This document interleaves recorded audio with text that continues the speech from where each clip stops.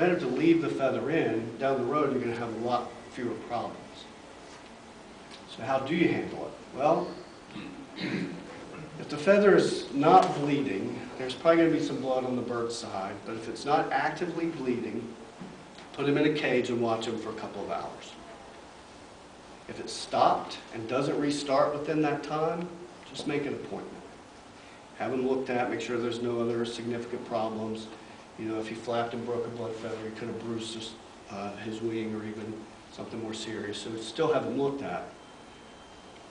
If it is bleeding, actively bleeding, put some styptic gel on it, apply some direct pressure for a couple of minutes, and then supportive care and watch him. If it doesn't start bleeding or it starts back to bleeding within an hour, just take him in. Okay? So for minor skin wounds, which is what Catherine asked about a few minutes ago, you want to wipe away the blood so you can see where it's coming from. Put some direct pressure using one of your gauze. Hold it off for a minute or so. Clean out the wound. Maybe pick it clean with some tweezers, remove feathers, debris, things like that. Clean it with some betadine or some chlorhexidine. Flush it with some saline or some eye wash. Put on some topical cream. Again, don't use greasy ointments. You can use a spray or a cream. Don't apply styptic gels or powders to open wounds. It reduces the ability for those wounds to heal and makes cleanup a lot more difficult when you are going to go back and suture if you need to, or bandage or whatever you're going to do. A question back on the feather, broke feather. I had a little bird that broke a blood feather on his scale, and he kept, the only reason I noticed is because he kept pulling feathers out from around his, you know, on his behind. Mm-hmm. And when I picked him up and turned him upside down, I saw the blood coming out, and I was using the pull thing that I'd learned, you know, a million years ago. They recommended that, and it came right out, and then he was, you know, he felt really good. You know, it's like he didn't cry or anything. He's just like, ah. Yeah. And I'm wondering, like, in that kind of situation, where he's picking his feathers out, is it better to pull feather, or is it better just to do the first aid and then maybe the pain or whatever's bothering him will be gone? The pain probably is coming from that feather being loose in its follicle. Maybe it's partially out and there's some tugging on the nerve that's in there and that's really irritating him. On small birds, you could probably get away with pulling a small feather like that because, you know, the follicle that feather comes out of is only 2 or 3 millimeters in diameter. And it's not going to produce as much blood as, say, you know, a blue and gold's feather, which is 6 or 8 millimeters in diameter. And so in a situation like that, pulling it wasn't necessarily wrong. And it depends, too, on the stage of the feather. If you have a very young blood feather and you pull it, it's going to bleed a lot more than if you have a blood feather who's almost a mature feather. So it depends on the stage of the feather and if there's already any damage below the level of the follicle. That can make a difference as well. I just avoid pulling them if I can. And there are rare occasions that I do that, say for an ingrown feather. I do see those periodically, especially in birds that pluck, and their feathers grow back abnormal because of the plucking. Those occasionally need to be pulled, but I avoid it if I can. If you can do with just direct pressure.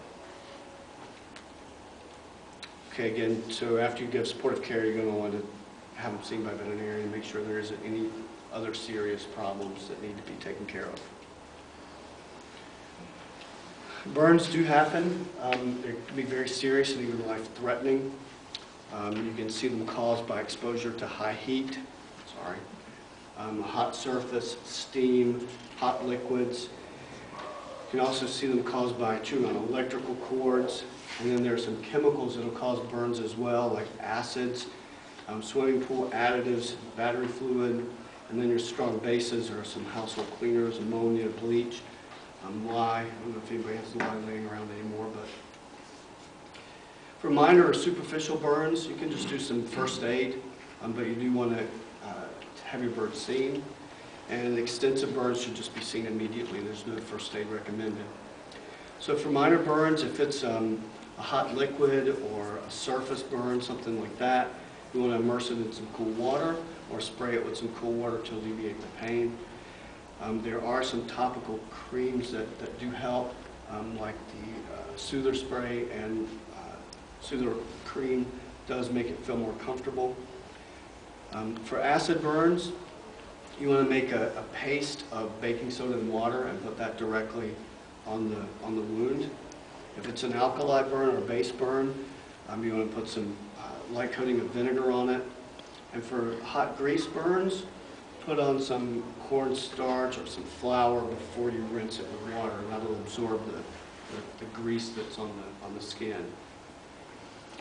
You want to allow the area to dry, put some cream on it, no ointment or butter, and then take him into the scene as soon as possible. And again, for extensive burns, don't do anything, just take them in immediately. Egg binding is a very common emergency. I probably get 2-3 calls a week with this problem. If your bird is eating a balanced diet, it's not going to have an issue. Birds generally lay eggs without difficulty, but they can become stuck. And if they do, then there's internal problems that can occur because of the presence of this big mass putting pressure on other organs, kidneys, and intestines.